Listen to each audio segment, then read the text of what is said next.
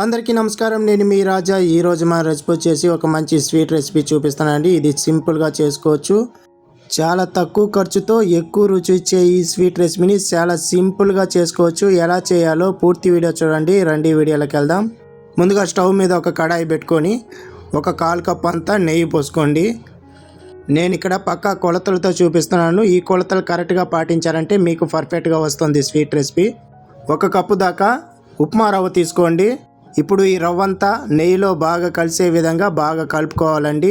ఒక 5 నిమిషాల పాటు సన్న మంట మీద బాగా వేయించుకున్నారంటే పచ్చివాసన అంతా పోయి మంచి వాసన వచ్చేంత వరకు ఫ్రై చేసుకోవాలండి. సన్న మంట మీదే ఫ్రై చేసుకున్నారంటే పర్ఫెక్ట్గా ఉంటుంది.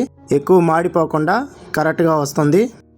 ఈ రెసిపీ కోసం నేను ముందుగా 1/4 కప్పు నెయ్యి వేసుకున్నాను. 1/2 కప్పు దాకా అవుతుంది.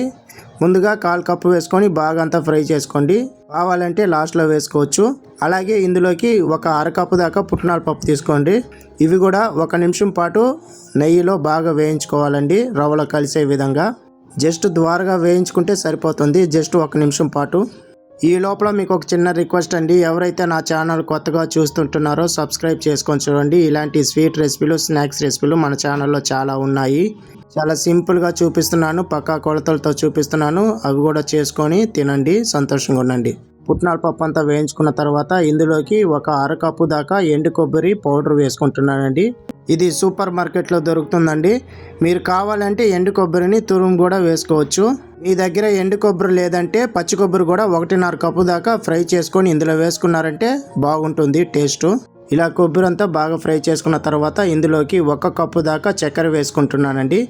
ఈ క్వాంటిటీకి 1 కప్పు అయితే కరెక్ట్గా ఉంటుంది. మీరు ఎవరైనా ఎక్కువగా చక్కెర తినే వాళ్ళైతే ఇంకా 1/2 కప్పు వేసుకొని చేసుకోవచ్చు.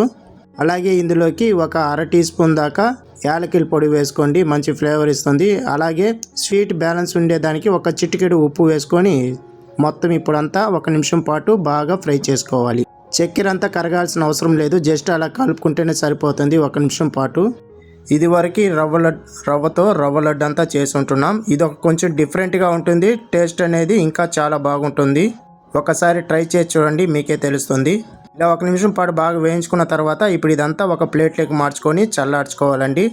ఇలాంటి మంచి మంచి రెసిపీస్ కోసం మన ఛానల్ని సబ్స్క్రైబ్ చేసి పెట్టుకోండి. వీలైతే మీ ఫ్యామిలీ మెంబర్స్కి, ఫ్రెండ్స్కి షేర్ చేసి సపోర్ట్ చేయండి. ఇప్పుడు ఒక చిన్న మిక్సీ జార్ తీసుకొని మనం ఫ్రై చేసుకున్నట్టు దుంచలంతా ఒకసారి కూల్ అయిన తర్వాత ఇందులోకి కొంచెం కొంచెంగా వేసుకొని పౌడర్లా చేసుకోవాలండి.